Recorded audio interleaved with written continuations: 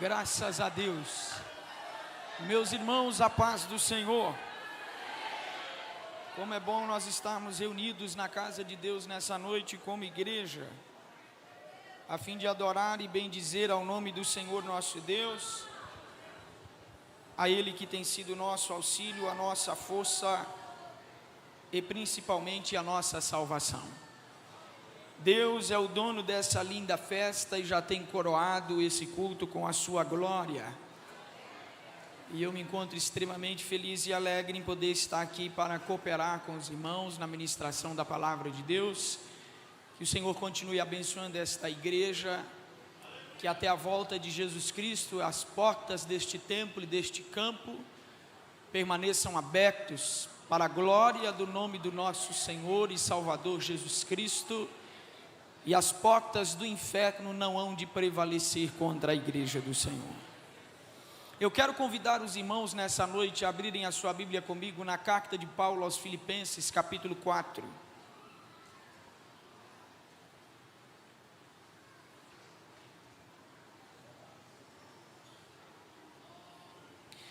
Carta de Paulo aos Filipenses, capítulo 4.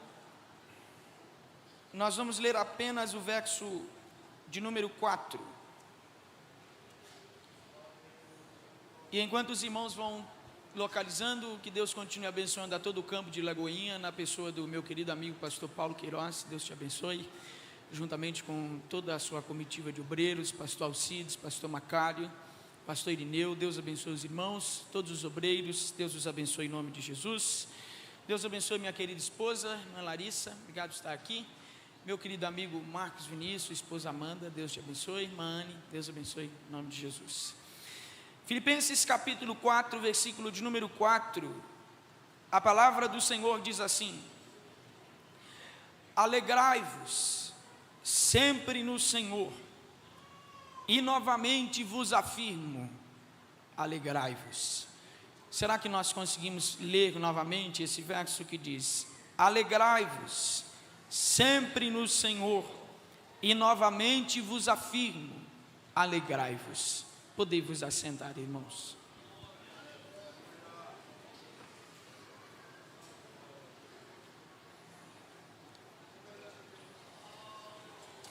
A carta de Paulo aos Filipenses faz parte das cartas da prisão do apóstolo Paulo. Ele tem a intenção de escrever a essa igreja para se comunicar com ela, que era tão querida ao seu coração.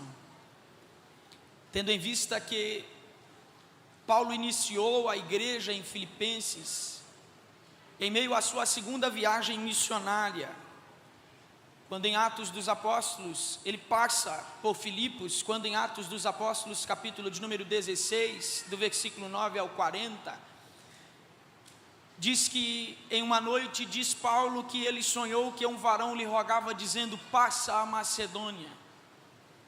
E ele passa a Macedônia e por conseguinte pela cidade de Filipos. É na cidade de Filipos que os primeiros dois convertidos são Lídia e a sua família, e também o carcereiro da prisão em que Paulo ficou, juntamente com Silas e toda a sua família. Pois a Bíblia diz para nós que após o apóstolo Paulo, pela autoridade do Espírito Santo de Deus investida na sua vida, quebrar o lucro de alguns senhores que usurpavam do sofrimento de uma moça que tinha o espírito de adivinhação. Após longos dias de perturbação daquela moça atrás de Paulo e Silas, dizendo: esses homens que vos anunciam o evangelho da salvação são servos do Deus Altíssimo. O discernimento de Paulo é entender que, apesar de aquilo que se dizia na boca da moça era uma verdade, a procedência era duvidosa. Pela autoridade do nome de Jesus Cristo, a moça é liberta, porém os senhores que ganhavam lucro em cima daquele sofrimento não ficam satisfeitos. E denunciam Paulo e Silas a fim de que eles pagassem, mediante que quebraram o seu sustento. Paulo e Silas é preso, mas a Bíblia diz para nós que no meio da noite, à meia-noite, Paulo e Silas cantavam e oravam ao Senhor, e Deus tremeu o cárcere e abriu as portas. Paulo e Silas estavam sendo soltos, mas o legal dentro da história é perceber que as portas estavam abertas, tudo estava desatado, mas Paulo e Silas não fugiram, porque eles não eram criminosos, eles eram simples servos de Deus. As portas estão abertas, mas eles não fogem. O carcereiro está prestes a tirar sua vida. Quando Paulo salta do meio daqueles escombros e diz: nós estamos todos aqui.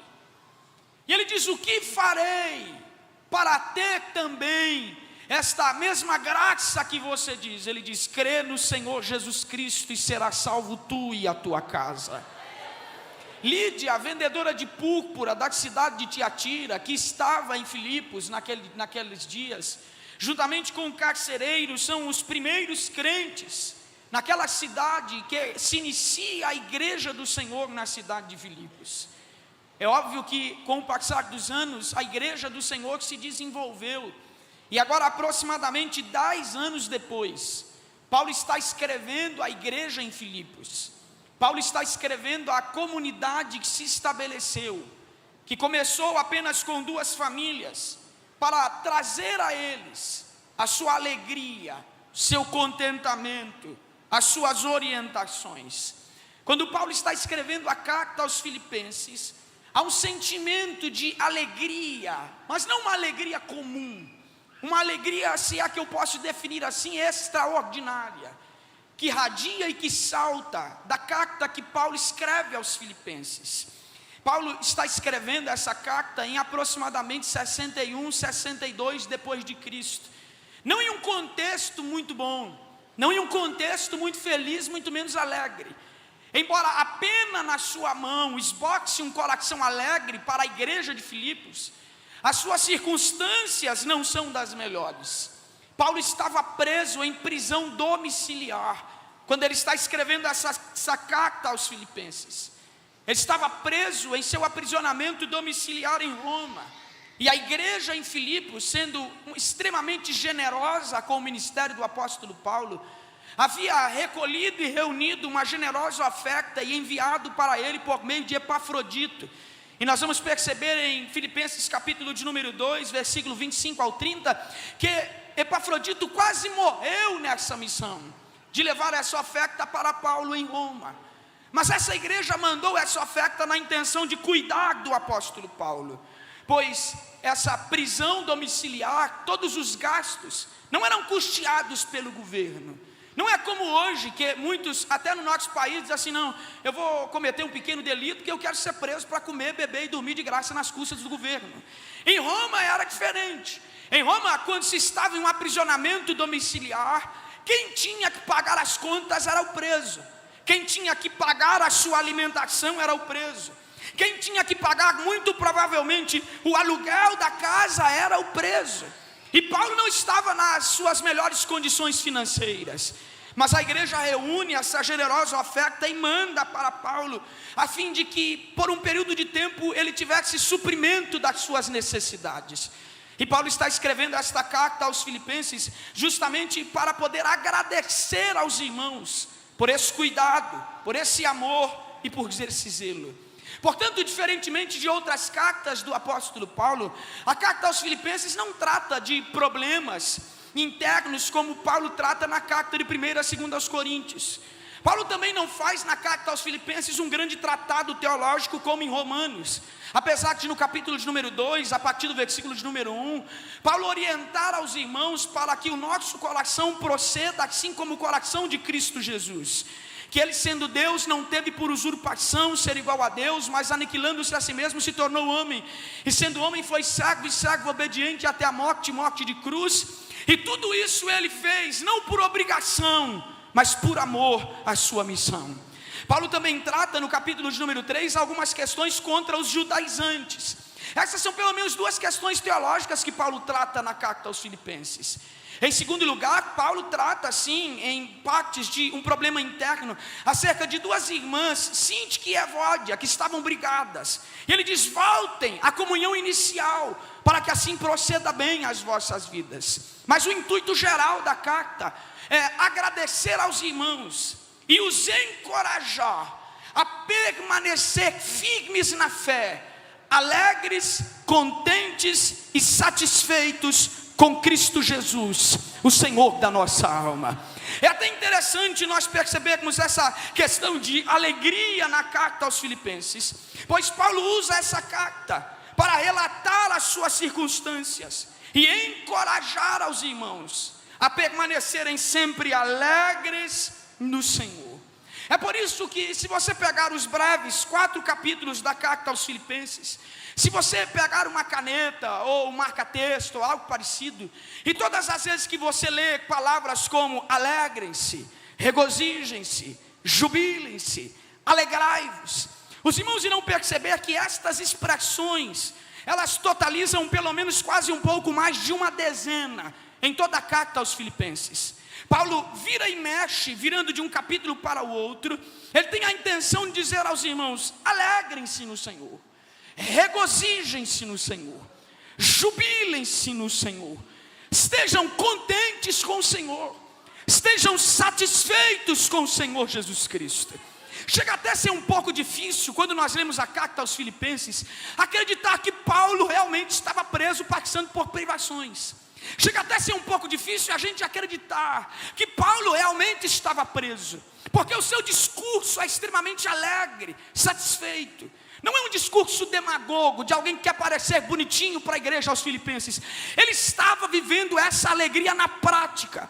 A sua circunstância não foi capaz de apagar a sua gratidão e a sua alegria que ele nutria pelo Salvador da sua alma. Ele tem a intenção de passar isso para os irmãos, pois a sua esperança, a sua paz e a sua alegria, que estavam reservadas no Senhor Jesus Cristo, saltam da carta aos Filipenses, e nos faz realmente perceber que a sua prisão não foi capaz de apagar a sua fé. Muito pelo contrário, na carta aos Filipenses, capítulos número 1, versículos número 12 ao 18, ele diz assim: tudo que me aconteceu, não é para me parar, não. Tudo que me aconteceu também não é para matar a minha fé. Eu estou convicto de que tudo que me aconteceu está servindo para progresso do evangelho do reino de Deus. Paulo não está olhando dentro do seu cárcere domiciliar e está murmurando da vida. Ele não está olhando dentro do seu cárcere domiciliar e está questionando a Deus: será que é isso que a gente ganha por investir anos na lida missionária? Paulo não está olhando para os céus e está murmurando para essa igreja, dizendo o quanto é difícil a caminhada. Na verdade, Paulo está apresentando a alegria de permanecer abraçado e satisfeito em Cristo Jesus. Chega a ser um pouco difícil a gente acreditar que Paulo estava preso pela sua alegria, a sua paz e o seu contentamento transpassados na carta. Pelo que nós poderíamos olhar para Paulo e o questionar, dizendo: Paulo, como pode você nos mandar alegrar em Cristo Jesus? Como pode você nos mandar estar satisfeitos em Cristo Jesus? Olhe para a sua situação, olhe para onde você está. O seu discurso não combina com a sua vida. Quais são os motivos que você tem para se alegrar no Senhor estando preso? Paulo daria um sorriso para nós nessa noite e diria: você ainda não percebeu? O motivo da minha alegria não são coisas, o motivo da minha alegria não são circunstâncias, o motivo da minha alegria não são aquilo que está ao meu derredor. O motivo da minha alegria é Cristo Jesus. O motivo da minha paz é Cristo Jesus. O motivo do meu contentamento é Cristo Jesus. Eu posso estar sem liberdade, eu posso estar sem ter a liberdade de andar por aí e pregar o evangelho. Eu posso estar aqui confinado, eu posso estar aqui até de uma maneira injusta, mas uma coisa não foi me tirada: Jesus Cristo ainda está comigo. Jesus Cristo não me será tirado. Paulo está apresentando para nós na carta aos Filipenses que o seu contentamento é Cristo, e por isso não interessa o que ele está passando. Se ele tem Cristo, ele está feliz. Se ele tem Cristo, ele está alegre. Se ele tem Cristo, ele está satisfeito. Se ele tem Cristo, ele está em paz. Se ele tem Cristo, ele está completo. Se ele tem Cristo, ele tem a plenitude da vida. Se ele tem Cristo, a sua vida vai bem. Se ele ainda tem Cristo, está tudo bem, está tudo em paz. É isso que Paulo tenta passar aqui na carta aos Filipenses. Paulo daria um sorriso para nós e nos diria: o motivo do meu contentamento é Cristo. Como assim, Paulo? E aí ele nos explicaria. Deixa eu explicar uma coisa para vocês. Vivendo, eu vivo Cristo. E aí ele olha para nós na carta aos Filipenses e diz assim: porque para mim o viver é Cristo. Versículo de número 23. Ele está apresentando para nós que o motivo da sua alegria é Cristo. E vivendo ele, vivo Cristo. Mesmo sabendo da possibilidade de morte, ou livre pregando o Evangelho, o seu viver ainda é Cristo Jesus. Preso ou livre, doente ou são, pobre ou com dinheiro no bolso, Paulo está dizendo: o meu viver é Cristo. No versículo de número 20, ele diz para nós assim: mas todos os dias Cristo será engrandecido no meu corpo. Seja livre, seja preso, seja vivo ou seja morto, Cristo Jesus é o meu contentamento. Vivendo eu vivo Cristo, pois absolutamente nada, na perspectiva paulina, poderia o separar de Cristo Jesus.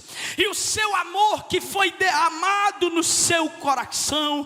E por isso eu quero dizer à Assembleia de Deus de Lagoinha aqui nessa noite, em os seus 58 anos, o que nos foi dado não nos será tirado. Vivendo, disse Paulo, eu vivo Cristo. Se eu estiver preso, eu continuo vivendo Cristo. Se eu sair dessas portas para fora, continuarei vivendo Cristo. Em naufrágios, eu vivo Cristo. Na tempestade, eu vivo Cristo. Na bonança, eu vivo Cristo. No frio, eu vivo Cristo. Aquecido pelas roupas, eu vivo Cristo. Passando fome, eu vivo Cristo. Tendo abundância de pão, eu vivo Cristo. Ah, Paulo, mas e se você morrer? Aí ele dá mais um sorriso para a gente e diz: aí que melhora, porque se vivendo eu vivo Cristo, se morrer eu encontro com ele e fico para sempre. Porque para mim o viver é Cristo e o morrer, Paulo, o morrer é lucro, o morrer é ganho, o morrer é conquista. Porque se viver eu vivo Cristo, e se morrer eu encontro Cristo e fico com ele para todo sempre. Não tem como sair da caminhada cristã decepcionado. Ô, gente, você sabe quem é que se decepciona na caminhada cristã? É a gente que pensa que a partir do momento que você vira crente, o céu vira um banco inesgotável de riqueza para colocar no teu bolso, para te fazer andar de carrão, ter uma casa boa e um salarão bom no fundo da sua conta bancária. É gente que pensa que a caminhada cristã se torna um playground de diversão. É esse tipo de gente que se frustra. Mas aqueles que compreendem que o maior presente da caminhada cristã é Cristo Jesus, na vida eles vivem contentes e na morte eles se alegram, pois abraçam Cristo e ficam com ele para sempre. Porque o que nos foi dado não nos será tirado.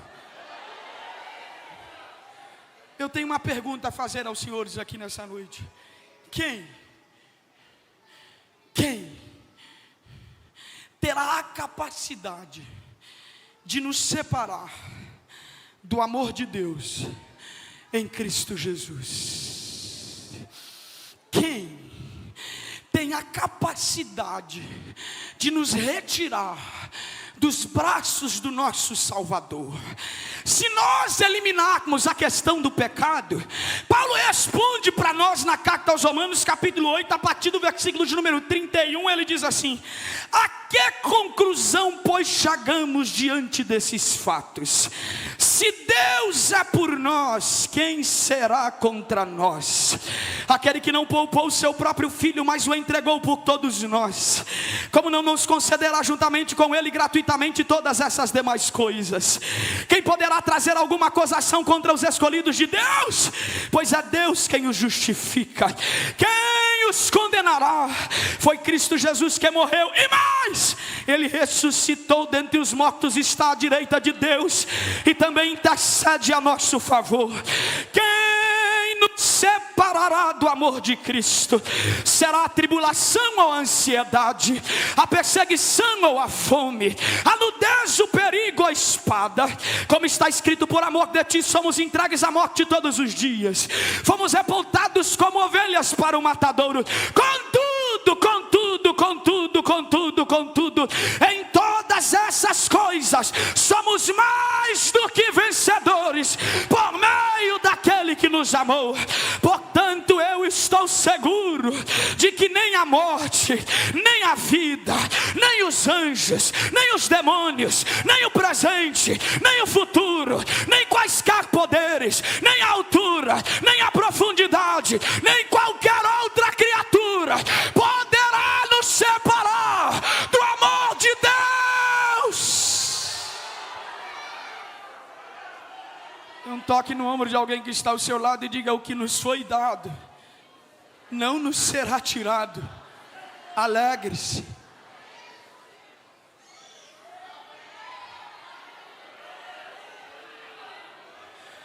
Teu carro pode ser tirado, tua casa pode ser tirada, teu salário pode ser tirado, tua saúde pode ser tirada, tua família pode ser tirada, mas quem separa Cristo Jesus de um salvo? Eu pensei que você ia dar um glória a Deus melhor. Quem separa Cristo Jesus de um salvo? Alegre-se no Senhor, pois aquilo que nos foi dado não nos será tirado. Na vida ou na morte triunfaremos. Vivendo eu vivo Cristo, e se morrer eu encontro Cristo e fico com Ele para todo sempre. Pois para mim o viver é Cristo, e o morrer é ganho. Paulo está apresentando para nós, de um lado, como se fossem uma balança, todas as suas renúncias, todos os seus pesos, todas as suas perdas por causa de Cristo Jesus. E do outro lado ele está apresentando todo o grande privilégio de ser o seu servo, ser salvo por Ele e caminhar diante da sua presença. E Paulo percebe que ele estava em saldo positivo, pois toda a sua vida gira em torno de 2 Coríntios capítulo 4, versículo 17 ao 18. Porque a nossa leve e momentânea tribulação não se compara com o peso de glória para nós que está reservado. Não atentando nós para as coisas que se veem, mas para aquelas que se não veem. Porque as que se veem são temporais, mas as que se não veem são eternas. Paulo está afirmando à igreja aos Filipenses: é nisso que eu estou ancorado, é nisso que eu estou abraçado, é nisso que eu estou preso, Cristo Jesus. Paulo abraçou tanto essa verdade de que Cristo Jesus era o seu maior tesouro, de que Cristo Jesus era o seu bem mais precioso, e de que Cristo Jesus era a sua alegria, que quando ele entra no capítulo de número 3, ele deixa o capítulo de número 2 com a humildade do amor fraterno cristão, e entra no capítulo de número 3, ele passa a combater alguns judaizantes, aqueles que queriam confiar na força da sua própria carne a fim de serem salvos. Quando Paulo olha para os judaizantes no capítulo de número 3, no versículo de número 2, ele olha para ele e diz assim: eu não sei o que está dando em vocês, porque se alguém tinha motivos para se gloriar na carne, eu tinha muito mais do que vocês. Eu fui circuncidado ao 8º dia, eu sou hebreu de hebreu, eu nasci na tribo, eu sou da tribo de Benjamim. Quanto ao zelo, eu era perseguidor da igreja, fui um fariseu, tudo isso eu tinha. Tudo isso eu granjeava, tudo isso eu estava apegado, tudo isso era meu. Só que teve um dia que eu estava indo no caminho de Damasco, e eu pensava que tudo isso era bom. Mas apareceu alguém no caminho de Damasco e disse: Saulo, Saulo, por que me persegues? Quando Cristo Jesus o encontrou no caminho de Damasco, ele entra no versículo de número 7 e diz assim: todavia, tudo isso que para mim era lucro, passei a considerar como perda por causa de Cristo Jesus. É como o pastor Paulo Queiroz, se Paulo estivesse olhando para nós e dizendo assim: pastor Macário, eu tinha nome, eu tinha riqueza, eu tinha privilégio, se eu continuasse na caminhada que eu estava, uma cadeira no sinédrio me aguardava. Só que do céu veio um presente mais precioso do que todas essas coisas. E o que é, Paulo? Cristo Jesus. Nada dessas coisas se comparam com o prazer de ter Cristo, com o prazer de viver Cristo, com o prazer de estar com Cristo, com o prazer de caminhar com Cristo, com o prazer da alegria da salvação que Cristo Jesus derramou no meu coração. Tudo isso para mim não é mais nada. Mais do que isso, versículo 8, mais do que isso, eu compreendo que tudo é uma completa perda, comparado com a superioridade do valor do conhecimento de Cristo Jesus, o meu Senhor, pelo qual eu decidi perder todos esses valores, os quais eu considero como esterco, a fim de ganhar Cristo Jesus. Eu vou falar uma meia dúzia de verdades aqui nessa noite. Se tem um momento que a igreja brasileira mais está mentindo nos últimos dias, é com as nossas canções. Se tem um momento que a gente está sendo mais demagogo, se tem um momento que o povão está sendo mais hipócrita, é quando nós estamos levantando as nossas mãos na igreja e estamos cantando aquela música que diz assim: é Ele, por Ele que eu estou gastando a minha vida. Você está gastando sua vida mesmo? Com amor e com alegria ainda? As pessoas hoje estão tão materialistas, que se elas vêm para a igreja e nada dá certo na vida delas financeiramente, elas largam a igreja. Esquecem que o maior prazer da caminhada cristã é Cristo Jesus. Eles não estão dispostos a renunciar, porque estão agarrados ao materialismo da sua vida. Eles não querem deixar para trás, nem com amor e nem com alegria. Mas essa é uma boa noite para cantar de verdade e dizer: se eu tenho Cristo, o resto para mim não importa. Eu sou o homem mais rico da face da terra, eu sou a mulher mais feliz da face da terra, eu sou a mulher mais alegre da face da terra, eu sou o homem mais em paz da face da terra. Ô gente, chegue para um salvo, falando um salvo de verdade, um homem ou uma mulher verdadeiramente salvo no leito de morte, aonde o dinheiro não vale nada, aonde os bens não valem nada, aonde a riqueza não vale nada. Chegue para um salvo e pergunte para ele: você está triste porque Jesus não lhe cura? Um salvo de verdade olhará nos seus olhos, ele dirá com paz e serenidade no coração: de maneira alguma. Tudo nessa vida eu considerei como esterco. Eu tenho Cristo Jesus. Mas se você pegar um materialista na sua frente, ele vai dizer que Deus não está com ele porque a conta bancária não fecha. Ele diz que Deus não está olhando para ele porque ele ainda paga aluguel. Ele diz que Deus não está olhando para ele porque ainda não anda num carro bom. Larga a mão de ser besta, rapaz. Deixa essa vida para lá. Cristo Jesus já nos foi dado. A nossa vida foi considerada como nada. O tudo agora é Ele, é Cristo Jesus.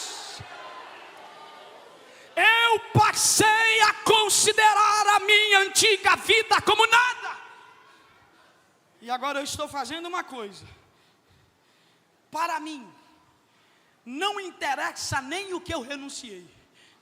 Porque tem gente que funciona da seguinte maneira: ele até renuncia, mas chega um momento da vida dele que ele fica olhando para o passado com um olhar de saudade. Aí ele diz assim: se eu ainda tivesse a oportunidade que eu tive lá atrás. Se eu tivesse a oportunidade de voltar no tempo. Paulo não está olhando para a cadeira no Sinédrio que ele perdeu com um olhar de saudade, não. Paulo não está olhando para a sua antiga com um olhar de saudade, para a sua antiga vida com um olhar de saudade, não. Ele entra no versículo de número 13, 14 e diz assim: eu tenho uma coisa para dizer para vocês. Para mim não interessa nem o que ficou para trás, porque uma coisa eu faço, esquecendo-me das coisas que para trás ficam.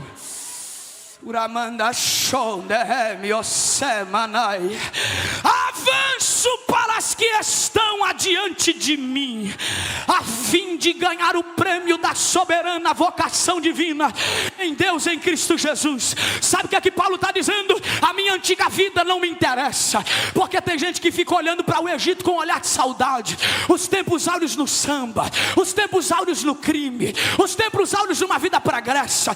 Ele olha para trás com um olhar de saudade. O Paulo está olhando e está dizendo, está para nós: para mim nem compensa nem lembrar do que ficou para trás. Os meus olhos estão na compensa, na recompensa que está em Cristo Jesus, no valor de Cristo Jesus, na comunhão da cruz, na paz com Deus, na salvação eterna. Eu vou alcançar. Para mim não interessa nem o que ficou para trás. Sabe o que Paulo está dizendo para nós? Persevere até o final. Você pode encorajar esse crente do seu lado e diga para ele: persevere até o final.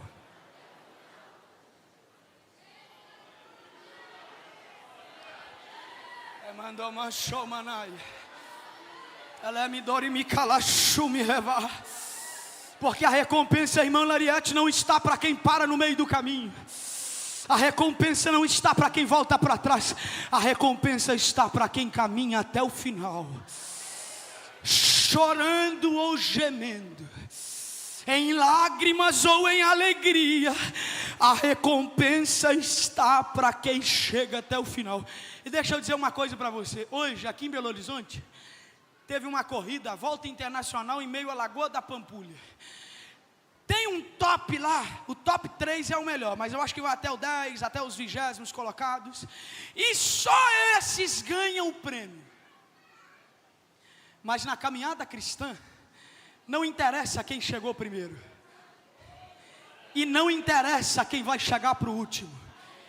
Contando que você cruze a linha de chegada, há uma recompensa preparada para nós.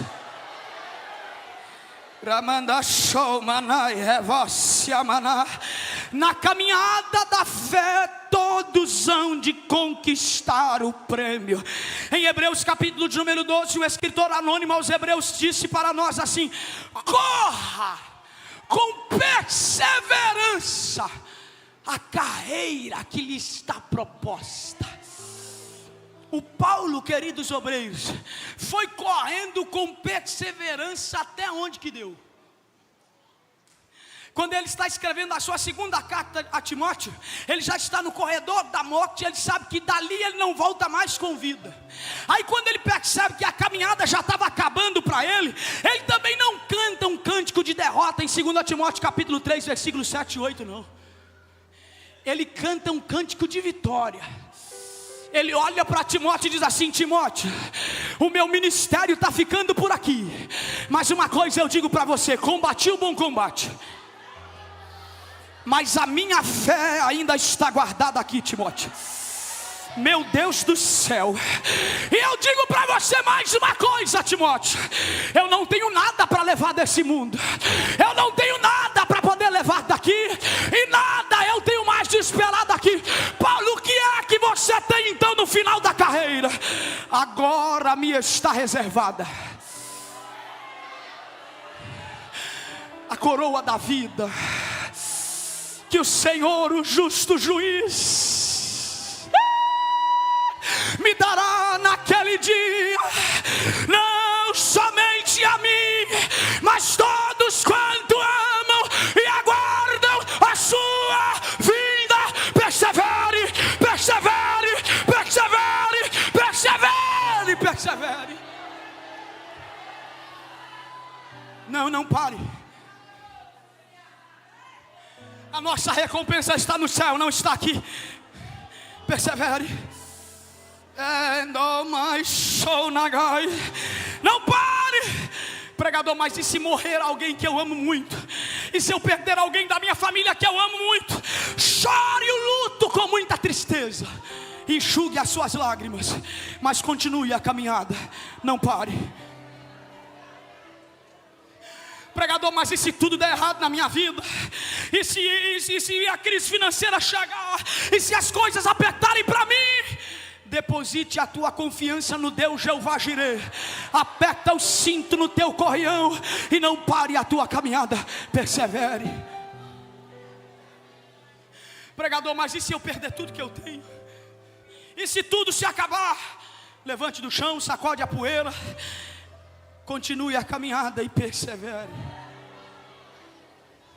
Pregador, mas e se eu cair? E se eu falhar no meio dessa caminhada? Se você cair, se levante do chão, porque Cristo não vai abandonar você. Você precisa perseverar até a linha de chegada, pois a nossa cidadania está no céu.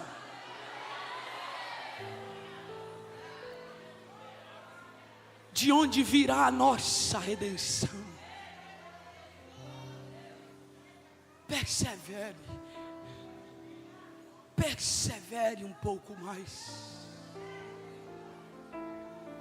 Ela me dá meu sei, não machou mais. Que ela me dá manchuia, não mais canaios.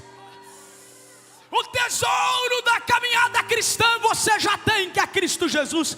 Faça uma coisa depois dessa noite. Saia daqui desse culto à noite dizendo: já que Cristo Jesus e o seu amor e a salvação foi me dado, e isso não me será tirado, desde que eu permaneça firme, fiel e santo até a sua vinda, eu vou fazer uma coisa, esquecendo-me das coisas que para trás ficam. Eu vou avançar para as que estão diante de mim, até que eu possa cruzar a linha de chegada. O apóstolo dos pés sangrentos, e eu já caminho para finalizar, é a história de Sundar Singh, um indiano que cresceu em uma família budista, foi ensinado naqueles ensinamentos desde o princípio. Só que chegou uma época na vida de Sundar Singh que a sua mãe adoeceu. E ele ficou muito revoltado porque ninguém pôde fazer nada pela sua mãe. E a sua mãe faleceu. E ele se tornou uma criança muito revoltada. Quando isso aconteceu, seu pai, buscando fazer dele um político no futuro, Pastor Paulo, o colocou para ingressar os seus estudos em uma escola que havia nas regiões do Tibete. E por incrível que pareça, Pastor Alcides, uma escola presbiteriana. O livro de estudo da escola era um Novo Testamento. Nos primeiros dias de aula, Sundar Singh passou a mão no seu Novo Testamento e rasgou, porque ele tinha um ódio dessa questão de religiosidade, porque a sua mãe havia morrido. Ele havia um ódio muito grande no seu coração, e ele passou a perseguir a Jesus e a odiar o Deus dos cristãos. Quando foi um belo dia, Sundar Singh estava trancado dentro do seu quarto. Quando Jesus desceu lá dentro, olhou para ele e disse: Sundar, Sundar, por que tu me persegues se eu vim para salvar a sua alma? A experiência dele foi tão forte que a partir daquele momento ele se tornou um cristão. Um cristão um pouco tanto quanto deixando de ser um pouco pragmático, com vestes de sadhu. Ele passou a sua vida inteira pregando nas regiões do Tibete, na Índia. Ganhou muitas almas para Cristo Jesus, a pé, descalços, até o dia em que não se viu mais, ele desapareceu. Mas Sundar Singh é o autor de uma canção que a nossa geração antiga conhece melhor, e nós ouvimos ela particularmente de vez em quando num programa de canal de televisão chamado Show da Fé. Sundar Singh não olhou para trás na sua vida com um olhar de tristeza. O seu pai o havia colocado para fora de casa, porque ele se tornou um cristão. E ele disse: ou você deixa de ser cristão, ou você não entra mais nessa casa. E aí ele saiu de casa. Me dê um fé maior aí. Eu não canto igual a Lauriette não, mas me dê um fé maior aí. Só que quando Sundar Singh saiu de casa, queridos obreiros, ele ia caminhando pelas ruas do Tibete, na Índia, e ele cantava uma canção que diz assim: Estou seguindo a Jesus Cristo, desse caminho eu não desisto.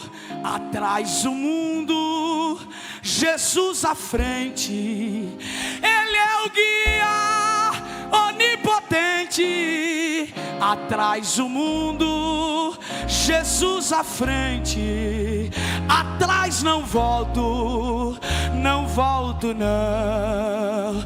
Aí olharam para ele assim, disseram: Sundar-Singh, seu pai te colocou para fora de casa, os amigos não te querem, o que é que você vai fazer? Ele olhava para o povo e dizia assim: se me deixarem os pais e amigos, se me cercarem muitos perigos, atrás o mundo, Jesus à frente, atrás não volto, não volto não. Sundar-Singh, mas o que é que você vai ganhar com isso? Aí ele dava um sorriso e continuava a canção dizendo assim: depois da luta eu ganho a coroa, e a recompensa ela é certa e boa. Depois da luta eu ganho a coroa, atrás não volto, não volto não.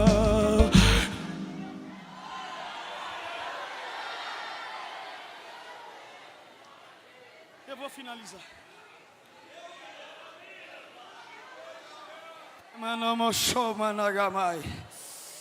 Levante as duas mãos comigo nessa noite. A graça de Deus está aqui. E eu ia concluir agora o último tópico da minha mensagem. Mas eu sinto gentilmente no meu coração de não concluir o último tópico. Mas eu sinto gentilmente de convidar a igreja a levantar as suas mãos. E a graça de Deus está enchendo a de Lagoinha nessa noite, aqui e agora.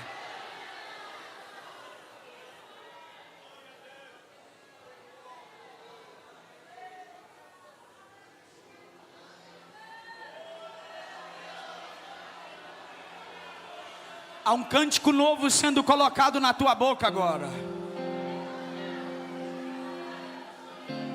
Há um tom de alegria eternal tomando conta da tua alma nessa noite.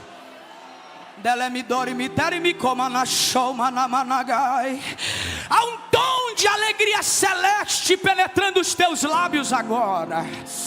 E eu não concluo o último tópico da minha mensagem como eu queria, mas como o Espírito Santo de Deus quer. Receba desse gozo celestial que penetra as nossas almas aqui nessa noite. Receba.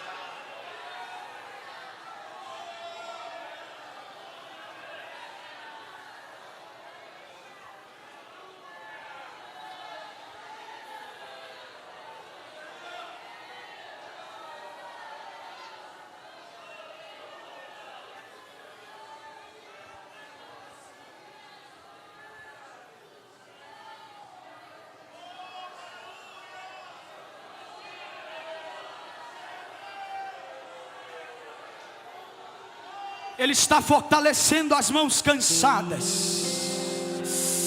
Ele está fortalecendo os joelhos vacilantes e trêmulos. Ele está firmando os pés vacilantes aqui nessa noite. Existem pessoas que entraram aqui nesta igreja nesta noite pensando que não dariam mais conta de prosseguir na caminhada cristã, mas o céu está lhe dizendo nesta noite: eu não lhe prometi outra coisa a não ser, eis que eu estarei convosco todos os dias.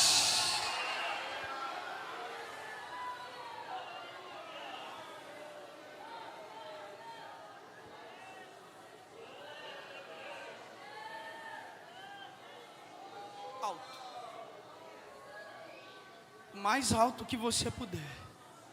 Dê glória a Deus nessa noite.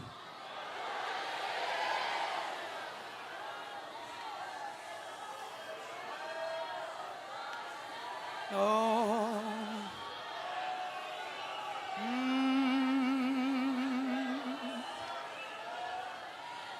Omanasho manai endo yasema. Komanashuria managaya. Emanomia shomia sanai. Fique de pé comigo no seu lugar.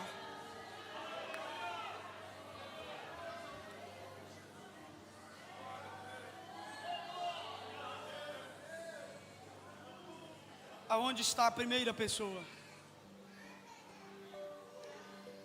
Pregador, estou afastado da igreja. Pregador, eu ainda não entreguei minha vida a Jesus. Eu não vim aqui nessa noite lhe iludir. Eu não vim aqui nessa noite lhe fazer falsas promessas. Mas eu vim aqui nessa noite lhe pregar apenas uma pessoa: Cristo Jesus, o nosso Senhor. Se existe alguém que queira entregar a sua vida a Jesus, levante uma de suas mãos, deixe o seu lugar e venha até aqui à frente. Eu quero orar por você nessa noite.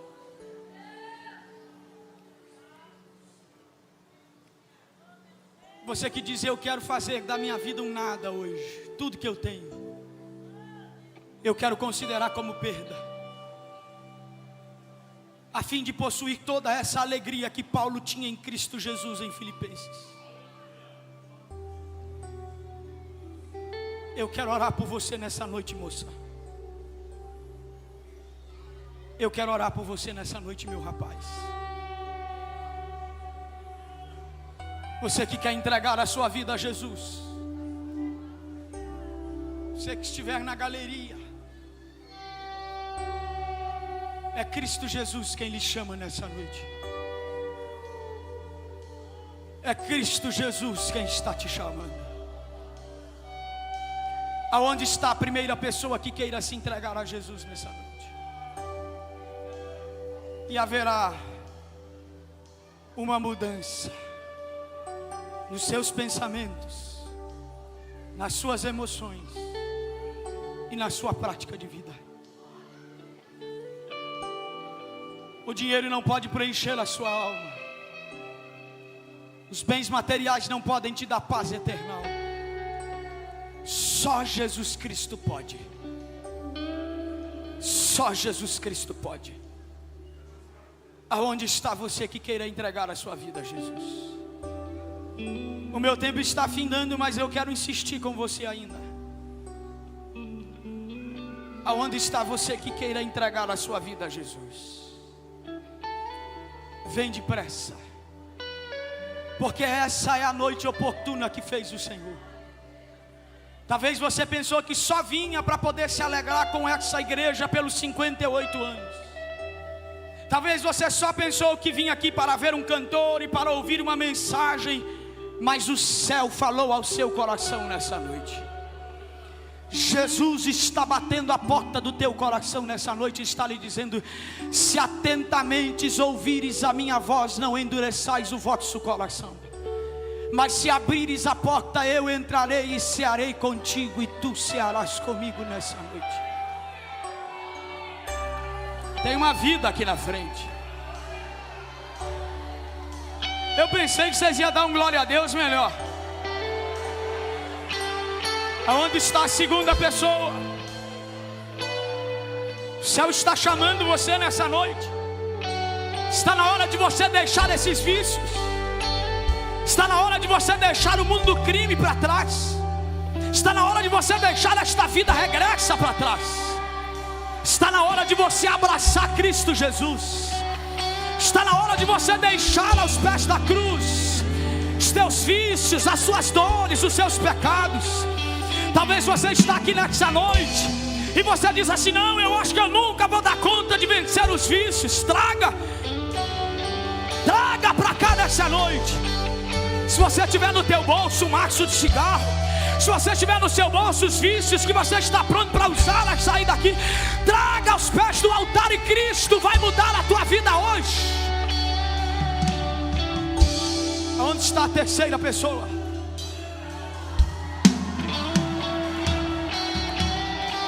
Aonde está a quarta pessoa? Vamos, Lagoinha, dê glória a Deus e ore. Dê glória a Deus e ore. Dê glória a Deus e ore. Aonde está a quarta pessoa? Jesus está te chamando nessa noite. Jesus está te chamando nessa noite. A quarta pessoa acabou de chegar. Onde está a quinta pessoa? O céu está chamando você nessa noite. Jesus, Jesus, Jesus e nada mais. Jesus e nada mais. Jesus e nada mais. Aonde está a quinta pessoa? Eu chamo pela última vez. A quinta pessoa está vindo pelo corredor da igreja. Ramanda chama na manacanda labaia. Ramanda la chama na mana você amar. Dá-me nome a soma, revio soma. Onde está a sexta pessoa? Vamos. Eu chamo você pela última vez. Existe mais alguém que queira entregar a sua vida a Jesus? Se tem, não quer, que os céus possam lhe preparar uma próxima oportunidade. Que Deus abençoe a igreja.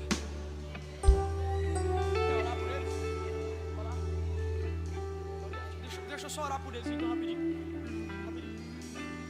Querido Deus, nós apresentamos cada uma dessas vidas nas tuas mãos. Muda a história desses homens. Muda a história dessas mulheres, Senhor. Essas vidas que estão se entregando ao Senhor nessa noite. Pai, eu creio que eles não vieram à frente nessa noite por interesse. Porque nessa noite eu só preguei o teu filho Jesus a essa igreja. Senhor, escreve o nome dele nos livros da vida. Senhor, se existe alguém aqui que está voltando para os teus caminhos, que o Senhor possa firmar os passos deste homem, firmar os passos desta mulher. Meu Deus, que haja força, que haja graça e que haja transformação do céu sobre essas vidas, para a honra e para a glória do teu santo nome. Assim nós lhe pedimos no nome do teu filho amado Jesus Cristo. Onde está a igreja que dá o maior glória a Deus dessa noite? Deus abençoe.